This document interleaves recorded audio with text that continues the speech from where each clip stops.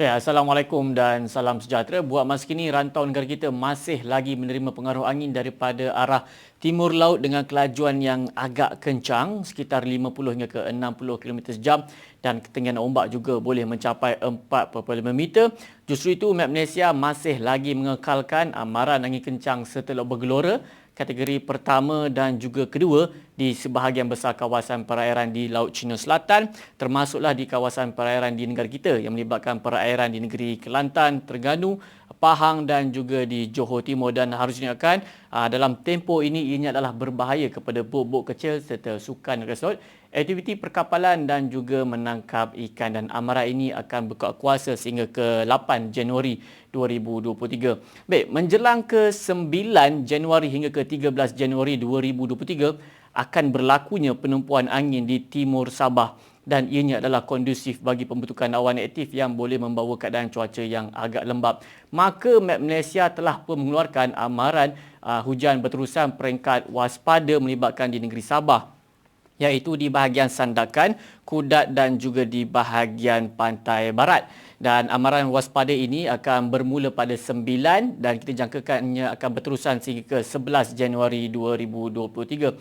Dan selain itu juga amaran waspada yang melibatkan negeri Pantai Timur di dua negeri, iaitu di negeri Kelantan dan juga di negeri Terengganu, masih lagi berkuasa sehingga ke malam ni. InsyaAllah ianya akan tamat pada malam ini, dan ianya melibatkan di kawasan melibatkan di kesemua jajahan di negeri Kelantan kecuali di Gua Musang serta di daerah Besut, Setiu, Kuala Nerus dan juga Kuala Terengganu, dan dalam tempoh ini hujan berterusan boleh berlaku, dan harusnya kan hujan lebat secara berterusan boleh menyebabkan banjir di kawasan berkedudukan rendah. Baik, sementara itu fenomena garis badai yang membawa hujan lebat dan angin kencang dijangkakan akan berlaku di pantai barat Semenanjung serta hujan di kawasan pantai barat dan juga tengah Sarawak pada sebelah pagi dalam tempoh 9 hingga ke 13 Januari.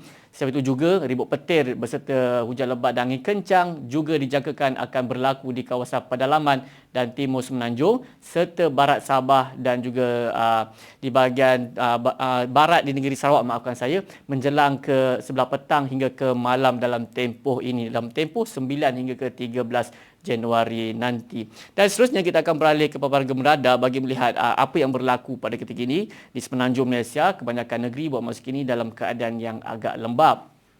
Hujan kini sedang berlaku di hampir ke semua negeri di Semenanjung Malaysia. Walau bagaimanapun, intensitinya adalah agak rendah. Buat masa kini, hujan renyai hanya berlaku di kebanyakan negeri kecuali di bahagian pantai barat Semenanjung Malaysia. Di bahagian pantai barat, hujan beserta ribut petir kini sedang berlaku melibatkan selatan di negeri Perak, pedalaman di negeri Selangor, pedalaman di negeri Sembilan serta di bahagian pedalaman di negeri Pahang. Baik, di bahagian pedalaman ini, di pantai barat ini, kita jangkakan hujan ini akan berlanjutan sehingga ke awal pagi dalam jangkaan pukul 12 ataupun pukul 1 pagi nanti.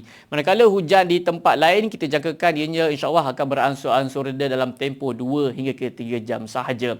Baik, bagi negeri Sabah pada ketika ini kebanyakan bahagian dalam keadaan mendung kecuali di bahagian utara yang mana pada ketika ini di bahagian Kudat dan juga bahagian Sandakan mengalami hujan beserta ribut petir, dan kita jangkakan hujan yang berlaku ini akan berlanjutan sehingga ke tengah malam nanti kerana pada ketika ini hujan kelompok awan aktif masih lagi terbentuk di kawasan perairan Sulu, dan memandangkan di kawasan ini kita menerima pengaruh angin daripada arah timur, jadi hujan yang berlaku di kawasan perairan ini akan terus memasuki ke kawasan timur di negeri Sabah.